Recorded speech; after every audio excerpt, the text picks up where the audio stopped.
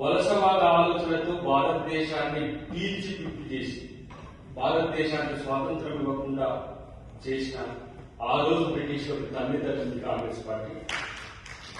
రేపటి రోజున అదే వలసవాద ఐడియాలజీతో ఈ దేశాన్ని తీర్చిదిద్ది చేస్తున్న బీజేపీని కూడా తల్లిదండ్రులు కాంగ్రెస్ పార్టీ గుర్తుపెట్టుకుంది.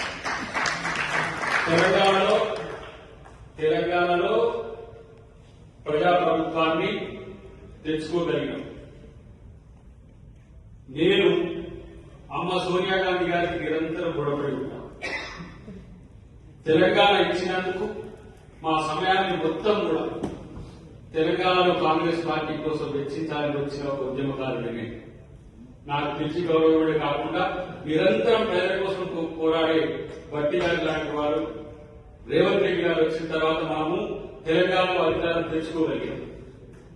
తెలంగాణలో అధికారం తెచ్చుకోవడం ఒక కళ, అది సాకారమైంది.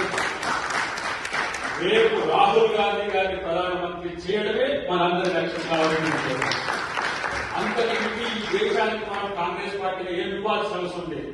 మళ్లీ కాంగ్రెస్ పార్టీని ఈ దేశంలో అధికారంలోకి తెస్తే అన్ని వర్గాల ప్రజలు ఈరోజు సంతోషంగా ఉంటున్నారు. దానికోసం మన కాంట్రిబ్యూషన్ మనం ప్లాన్ చేసుకోవాలి.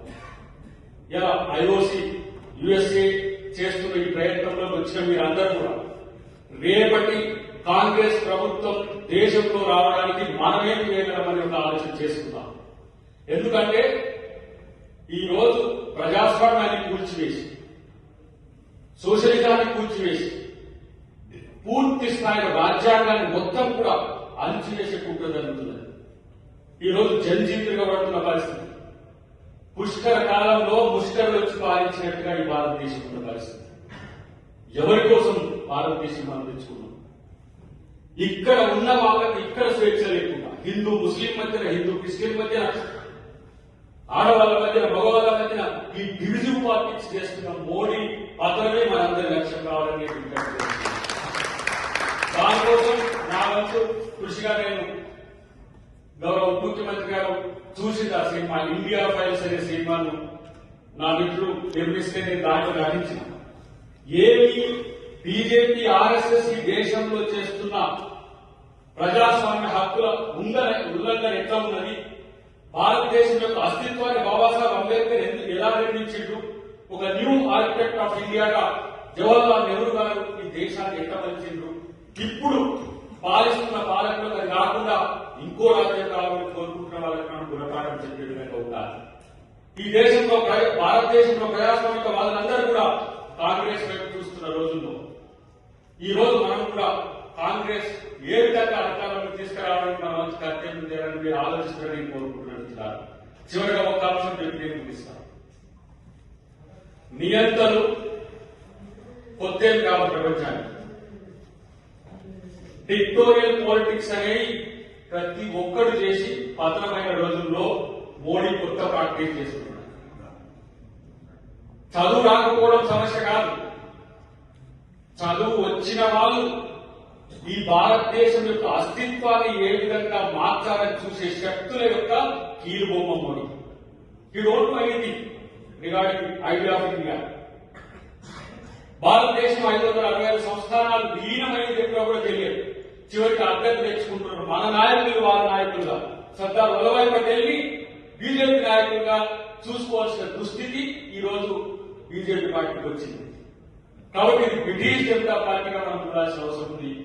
కేవలం తన యొక్క రాజకీయ అస్తిత్వం కోసం అన్ని వర్గాల మధ్యన చేస్తున్న మోడీ చేస్తున్న ఈ కుట్రను తిప్పికొట్టాలంటే భారతదేశంలో ప్రజాస్వామికవాదులను అందరినీ కూడా రాహుల్ గాంధీ గారి భారత్ జోడో యాత్ర ఈ దేశంలో ఒక పెద్ద మార్పును తీసుకొచ్చింది, ఒక సామాజిక చైతన్యాన్ని తీసుకొచ్చింది. మీరు చూస్తే ప్రతిరోజు రాజ్యాంగాన్ని తాను చేకూరి చేసిన ప్రతిజ్ఞ దేశం మొత్తం విన్నది. ఈ 420 కాలను 240 కొట్టేసింది. రేపు మళ్లీ 50 కో 20 కో కొట్టడానికి పెద్ద సమస్య కాదు.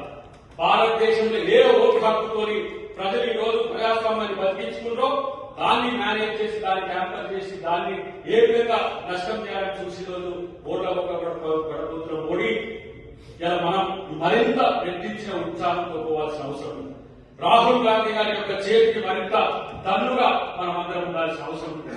మా ముఖ్యమంత్రి గారు ఉప ముఖ్యమంత్రి గారు ఇప్పటికీ ప్రతి వేదిక మీద చెప్తున్నారు, రాహుల్ గాంధీని ప్రధానమంత్రి చేయడమే మా లక్ష్యం అని చెప్పిన పరిస్థితుల్లో అది మనకు ఒక మ్యాండేట్ గా, అది ఒక సిగ్నల్ గా రాహుల్ గాంధీ దేశానికి భవిష్యత్ ప్రధాని అని చెప్పి మనం ముందుకు తీసుకుపోవాల్సిన అవసరం ఉందని చెప్పి తెలియజేస్తూ, ఈ అవకాశం ఇచ్చిన మిత్రులందరూ కూడా చాలా మంది ఇక్కడ ఉన్న పెద్దలందరూ కూడా నేను ప్రత్యేక కృతజ్ఞతలు తెలియజేస్తున్నా. మీకు ప్రభుత్వం నుంచి ఒక అంశం అయితే మాకు ఎట్లా సమయం ఉంది, ఎక్కడికి మీరు రమ్మన్న అమెరికా కావచ్చు, ఐఓసీ, కేఎస్ చాప్టర్స్ ఎక్కడ ఉన్నా కూడా మేము తిరిగి ప్రచారం చేయడానికి, తెలుగు వాళ్ళు ఉండడానికి మేము అందరం కూడా మేము మద్దతు ఇస్తామని చెప్పి తెలియజేస్తూ, జై కాంగ్రెస్, జై కాంగ్రెస్, జై Congress. Subscribe us and press the bell icon for more interesting updates.